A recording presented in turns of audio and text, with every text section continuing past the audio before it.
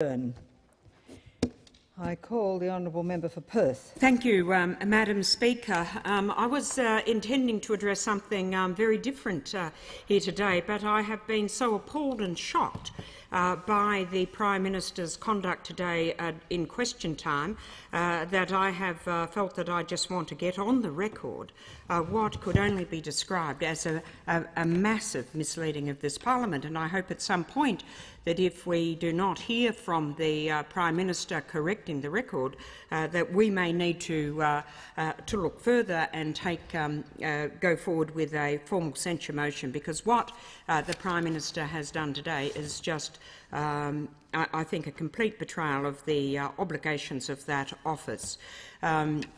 People will be aware that today we were talking on the cut to the pensioner concessions. I think it's sort of around around $1.3 billion over the forward estimates that has been cut from the pensioner concessions. And the Prime Minister was trying to tell us, well, it's not going to be a problem at all, that this is a responsibility of the states. And he goes on and says, I'm pleased to say that so far every single state has undertaken to continue to maintain the pensioner concessions. But, Madam Speaker, can I repeat? Every single state has undertaken to continue to maintain the value of pensioner concessions. But can I just quote from the West Australian Parliament 2 days ago? 2 days ago, the Honourable Colin Barnett, the Premier, had this to say: the Commonwealth has decided it is its decision to cut its share of the funding. Therefore, $25 million has gone. The Western Australia Government will not replace that. That is a federal decision. He makes this absolutely clear, beyond doubt, on several occasions.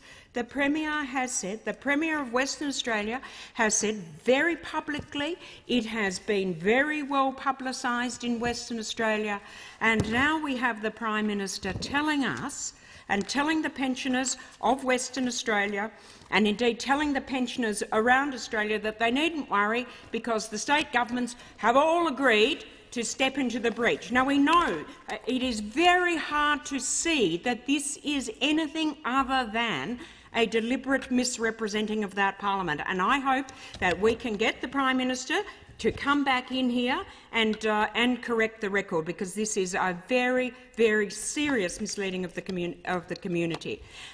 We know that in a number of other states, like New South Wales, their agreement to fill the breach, of course, has only been for 1 year. But at least that can just fall within the basic, and it just can conform with the basic spin that we hear from the government about this budget. But what has happened here in relation to Western Australia, to the pensioners of Western Australia, who tomorrow morning will be rallying against this budget and the very, very unfair way it impacts upon pensioners and retirees, this will be grist to their mill. To learn that the Prime Minister has come into this place and said that every single state has agreed to maintain the value of pensioner concessions, when he must know, it is inconceivable that he does not know, that the Premier of Western Australia has made it very, very clear that $25 million is gone, dead, buried, and he has no intention of replacing that. So who is going to cop the cut? Who is going to cop the reduction in their concessions? It is the pensioners of Western Australia. This is most unfair, and I call upon the Prime Minister to come in here and be honest and correct the record. Hear, hear.